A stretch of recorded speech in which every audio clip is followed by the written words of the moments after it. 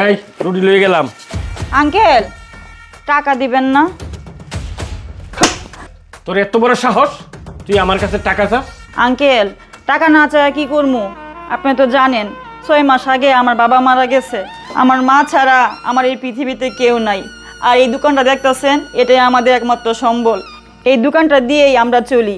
আর দেখেন না আঙ্কেল, দোকানে কোনো মাল নেই, টাকার অভাবে মাল কিনতে পারি না। আর আঙ্কেল আব্বা মারা যাওয়ার আগে আপনি তো 5,000 টাকা হাওলাত নিয়েছিলেন, যদি ওই টাকাটা দিতেন তাহলে তো কিছু মাল নিতে পারতাম আমরা। হ্যাঁ ভাইয়া, তোরে কি না করছি আমি টাকা দিব না? না তোর টাকা আমি মাইরে খাইয়ে গেছি গা? দোকানটা মধ্যে আসতে পারি না, শুধু টাকা টাকা টাকা। এই শোন, এখন আমার কাছে টাকা নাই, যখন আমার কাছে টাকা হবে তখন আমি টাকা দিয়ে দিব। আঙ্কেল সেই কবে থেকে বলতেছেন টাকা দিবেন দিবেন, 6 মাস পার হয়ে গেছে। আঙ্কেল আপনি কবে টাকা দিবেন সেই তারিখটা আজকে করে যান। বেয়াদব নিয়ে তোরে টাকা দিলে কি আমার দিন তারিখ করে দিতেইব? তোর বাবা আমার বন্ধু ছিল, তোর বাবার পকেট মানে আমার পকেট, আমার পকেট মানে তোর বাবার পকেট। তোর বাবা বেঁচে থাকতেও এইভাবে সাহস পাইছে না কোনোদিন আমার কাছে টাকা চাইতো। কালকের মেয়ে হয়ে তুই আমার কাছে টাকা চাস? এই আমি টাকা দিব না। টাকা না দিলে তুই কি করবি? আঙ্কেল টাকা না দিলে আমি কি করব? আমি তো কিছু করতে পারবো না, কিন্তু উপরওয়ালা একজন আছে। আপনি যদি টাকাটা আমাকে না দেন, হাসির দিন ঠিকই দিতে হবে। কি তুই আমার হাসরের দিনের বই দেখাস? ঠিক আছে, হাসরের দিনেই টাকা দেব। দেখি আঙ্কেল আঙ্কেল নিয়েন না নিয়েন না, আয় আল্লাহ, আমরা মা মেয়ে কি খাবো, সব নিয়ে গেছে আঙ্কেল। আয় আল্লাহ, আমার সব মালপত্র নিয়ে গেছে গা। আরে কাজ করে আমার সুখ। এই মজদু, এই আজকে টাকা দেওয়ার কথা আছে, টাকা দিলে না কেন এখনো? টাকা? কিসের টাকা? এই কিসের টাকা মানে?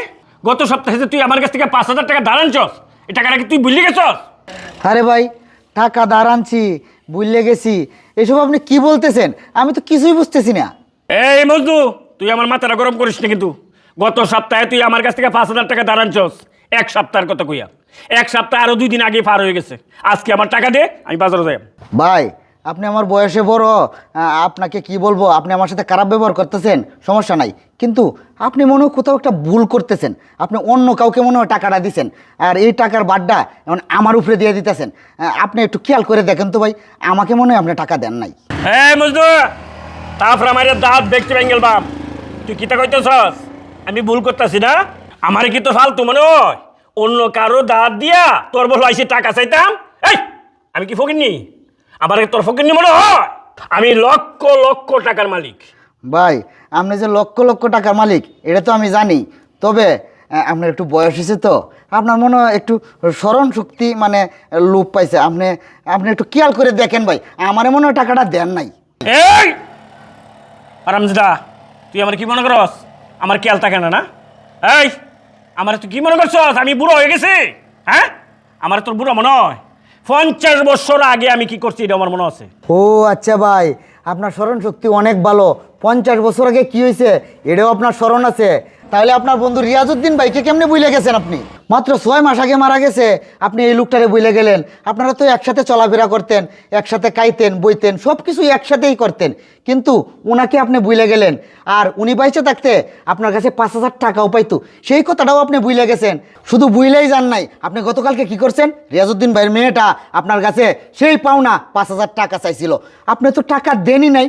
এই মেয়েটাকে আপনি 2টা চর দিছেন, চর দিয়া গালাগালি করছেন পর্যন্ত। তারপরে কি করছেন আপনি? ওই দোকানের মাল সামানা নিয়ে গেছেন আপনি। এই আপনার লজ্জা করলো না? আপনি বলতেছেন আপনার অনেক স্মরণ শক্তি, আপনার সব কিছু মনে থাকে, আপনার এটা মনে নাই আপনার যে বন্ধু ছিল ওর বাবা, আপনারা যে একসাথে চলাফেরা করতেন, হ্যাঁ, এই টাকাটা যে দেওয়া লাগবে, ওই মেয়েটা যে অসহায় অবস্থায় আছে, এই দোকানটা চালায় একাইতেছে, আপনি কি একটু দয়া মায়া নাই? আপনি শুধু স্মরণ শক্তি আছে, মায়া দয়া বলতে তো আর কিছু নাই আপনার ভিতরে, না? এই কৈফিয়ত তোর কাছে আমার দেওয়া লাগবো? আমি বলছি এখন আমার কাছে টাকা নাই, টাকা হইলে আমি দিয়ে দিলাম। আমি টাকা দিতে অস্বীকার করছি। ও আপনি তাহলে টাকা দিতে রাজি আছেন? হ্যাঁ, যেবেলা টাকা হয় এবেলা আমি দিয়ে দিলাম। আরে ভাই আপনার আর কষ্ট করতে হবো না, আপনি মুরব্বী মানুষ, কেন এত কষ্ট করবেন? আপনার টাকা সংগ্রহ করে তারপরে এই দোকানদারকে টাকাটা দিবেন, আপনার কোনো কষ্ট করা লাগবে না। সকালবেলা আইসা ওই মেয়েটা কান্নাকাটি করিয়া আমার কাছে বলতেছে ওদের ঘরে চাউল নাই, ওরা সকালে খায় নাই, রাত্রেও খায় নাই, আপনি দোকানের মাল সামানা সব নিয়ে গেছেন, বুঝছেন? এই দোকানটা দিয়ে তো ওরা চলতো। এই কারণে আমি কি করছি জানেন, আপনি যে আমার কাছে 5,000 টাকা পাইতেন, ওই টাকাটা আমি ওই মেয়েটাকে দিয়ে দিছি, বুঝছেন? এই তুই আমার টাকাতে দালালি আরম্ভ করছস? ও বন্ধু কাজটা কিন্তু ভালো হইতেছে না। আমার এটারে দালালি মনে করতেছেন? হ্যাঁ। আর আপনি যে 6 মাস ধরিয়া এই মেয়েটাকে টাকাটা দিতেছেন না, একটা ফ্যামিলি অসহায় অবস্থায় আছে, আপনি দেখতেছেন না? শুনেন, আপনাকে একটা কথা বলি, আপনি বড় বড় কথা বলেন না, আপনার বড় বড় কথা থাকবে না। আপনি মেয়েটার বাবার বন্ধু ছিলেন, আপনার কাছে যদি টাকা নাও পাওনা থাকতো, তারপরেও ওই মেয়েটাকে আপনি কিছু টাকা দিয়ে সাহায্য করা দরকার ছিল। এই আপনার জন্য কি রিয়াজউদ্দিন ভাই কম করছে? আপনি কি এইসব ভুলে গেছেন? শুনেন, এখনো সময় আছে, আপনার বয়স হয়েছে, আপনি ভালো হয়ে যান। আর শুনেন, আমি হয়তো আপনার বয়সে ছুডু, আপনার সাথে খারাপ ব্যবহার করছি, কিন্তু আপনি একবার ভাইবে দেখেন আপনার সাথে কেন খারাপ ব্যবহার করছি। আপনিও যদি আমার জায়গায় থাকতেন, আপনি ঠিক সেম এই ব্যবহারটাই করতেন। হন, আমার জ্ঞানের অভাব হয়েছে না যে তোর কাছ থেকে আমি জ্ঞান হাওলাত নিতে পাইছি। কাজটা তুই ভালো করছিস না, এইটা আমি দেখে নিয়াম। এই পরিবারের সাথে তোর আমি একটা কেওড়া লাগাই আসার বাবু, মনে রাখিস। হায় রে শালার মানুষ রে, বয়স হয়েছে তারপরেও এত করে বুঝাইলাম, তারপরে বুঝেন না। শয়তান, এই শয়তান গাতো গেলেও এই শয়তানই করবো। আল্লাহ তুমি আর হেদায়েত করো, এরকম লোকের হেদায়েত করো তুমি।